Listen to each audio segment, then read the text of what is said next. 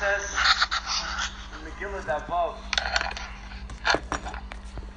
that Zevulun was not so happy with his chelik that he got as Yerushan Eretz Yisrael. Zevulun Misraim al midoisav have shenemar Zevulun am cherif nafshe lamus. Matam, why was Zevulun not happy with his chelik in Eretz Yisrael when he yarshened? Mishum de Naftali al Merei Meisade. Omar Zevulun lefnei HaKadosh Baruch Hu. Ribono shel Olam. La'achai, to my brother Nasato. Now Naftali was just to the north of Zevulun. La'achai Nasato lem Sadei Sukramim. We gave them beautiful fields and vineyards. V'lino Sato Harim Uvayis. You gave me mountains and valleys. La'achai Nasato lem Arotzos. V'lino Sato Yamim u'Naharos. Amar Lois, and Ribono shel Olam said to him, Kulam trichim lach. Everybody's going to need you for parnas. You're going to make a big parnas out of this. Al yedei achilazin, through the chilazin. Shenemar, amim har yikro, usfunei tfunei chol. Sfunei is referring to the chilazin. Rashi says, sfunei means something which is chashuv.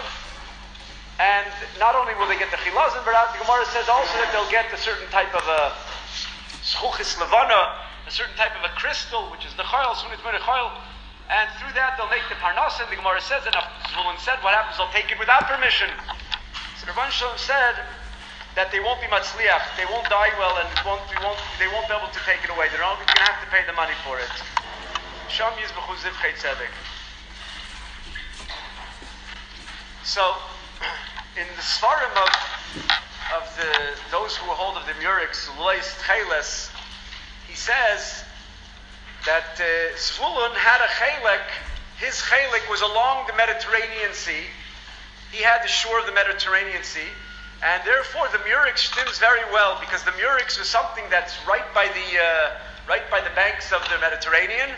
And since he had a chelik over there, so he was able to easily have access to all the snails to make the Techeles.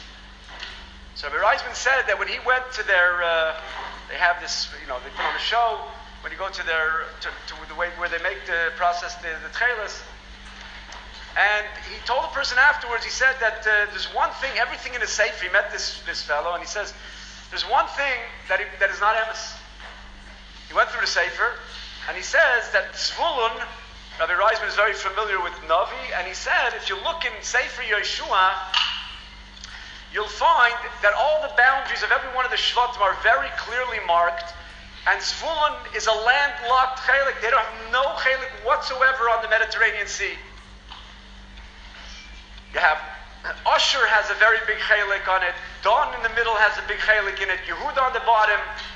Each one has probably over 50 miles, but there's no chelik. B'chlal Zevulun is not chelik of the thing. They do have a chelik that goes on the Yam HaKinneret. On the Yam HaKinneret they have, together with Naftali to the north, and Menashe on the eastern side. But they have nothing on the Mediterranean. So, the pasuk says, Zvulun l'chayf yamim yishkoif. They said to him, it's Mefurish a pasuk, that Zvulun is l'chayf yamim. So he said it's a good kasha, but if you look in Sefer Yeshua, it's before not like that. He says, as a matter of fact, the Goyen asked the kasha. The Vilna Goyen asked the kasha, and he says, Psukim are mevur that they didn't have a chelik on the Mediterranean, and yet the Psukim are mashma that he had chayf yamim. So the Goyen says that what happened was Zvulun was the chayf yamim. Zvulun were the sailors of Klal Yisrael, and they had a very small strip of land that went from their chelik, so that they can have access to the Yam, so they can keep their boats there and have access, but it's a very narrow path. That's the only chelik according to the Goyen that they had. Others say that doesn't mean like that. L'chayf Yamim just means that they were the sailors. They didn't even have that little strip of land to the thing. But if all they had was that little strip of land, so all the Murics were on that area where they had their strip of land, their ritzua that was going to the Yam, not mistaber. Now, if you learn that the chilazin is the cuttlefish, so cuttlefish is a very deep water fish. You have to catch it in very deep water. So then I understand. Since Zvulun, this is Rabbi Reisman speaking, then Zvulun since they were the sailors of Klal Yisrael, they went out and they got the cuttlefish, they got the chilazin. But he said the murex are like 3 to 5 meters into the water, which means, he says, you even see they have this film, this video, where they take this little boat, almost like a rowboat, that happens to be a motorboat, and they go out a few feet off the shore, and they dive into the water, and they come up with a whole bunch of murexes that they planted over there, but that's where they really are. And so he said, so there's no reason why Zvulun should have that. If anything, Osher had a whole long chelik along the top. Beit Sar Letzidin was, most of it was chelik Osher. It was theirs. All they had to do was go inside and pick it up. There's nothing, you didn't need a sailor, you didn't need Zvulun. So what's pshat in this Gemara that says that Zvulun was going to get all the chilazin?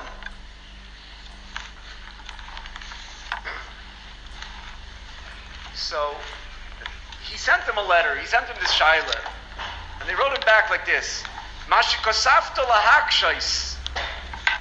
You asked the kasha im hamurix hu hachilazin harei nimtza samuch lechayf. All the murixes are right at the edge of the water. Lamalon zvulun oit shvatim kiblu chelik alayam. There were other shvatim, not only other shvatim, the only other shvatim Zvulun didn't get, unless you learn like the Goyim. So they answered him. It's a mefurish pasuk, not like you. Kasav zvulun l'chayf yamim. Mevur, they wrote, shekiblu chelik alayam. It's mevur clearly that they did get a chelik alayam. In other words, they were saying the Goyim's kasha. They didn't bring it from the Goy. They just said it's not true. Zvulun did have on the chayf yamim. And then they brought down a Gemara, and they said it's a mefurish Gemara that he had a chelik on the yam, because the Gemara himself says that there was somebody, the beginning himself said that there was somebody who was a sailor, and it says that they looked into his yichus, and he ended up from his chelik from Zvulun.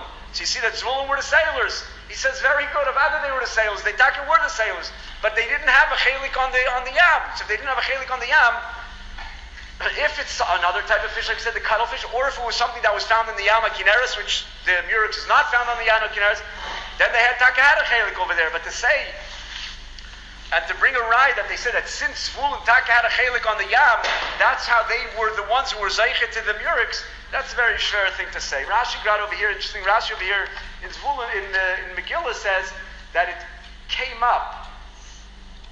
He says that it was chilazin oilim in a yam laharim, he somehow made its way up. So I saw that some of the people that support the murex, they say that eno chanami. You have to say that they all marched up through that little ritzua, and they all marched up to the chelik of Zvulun.